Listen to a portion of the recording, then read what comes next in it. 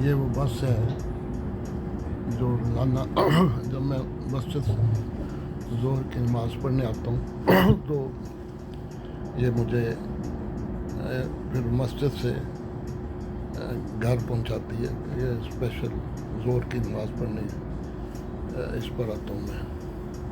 तो ये बस जो इस वक्त एक और सवारी है उनको साथ लेके जा रही है, वो वहाँ उनको उतारेगी तो उसके बाद फिर मेरे घर पर जाकर ये मुझे उतारेगी।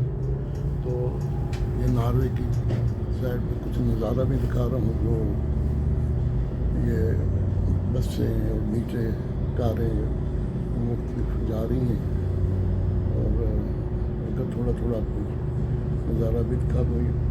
इसी इलाके में हमारा अहमदिया कब्रिस्तान है, वो बिजली मकबरा भी है जो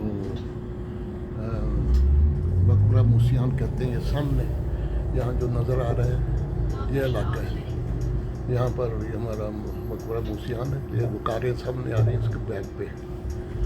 तो पर हल्की सी मामूली सी जो झलक है वो आपको दिखाई दी है कि आपको पता लगे ये नॉर्वे का कुछ इलाका आपको दिखा दिया है।